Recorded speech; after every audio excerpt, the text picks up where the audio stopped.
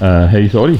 Kann ich dich schnell fragen, was das kostet, was du anhast? Also, die Schuhe sind von AliExpress, haben etwa 15 Franken gekostet und es sind Katzen drauf, darum sind sie cool. Dann habe ich die geilen Hosen hier, die habe ich im Chicoré Summer Sale gekauft und die haben auch etwa 9 Franken gekostet. Nein, ich glaube 15 Franken normal und irgendwie eben die Hälfte über 15, genau.